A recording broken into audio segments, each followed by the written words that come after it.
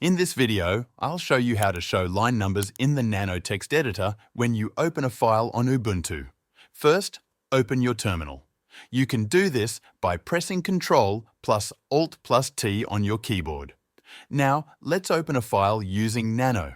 For example, let's open a file called example.txt.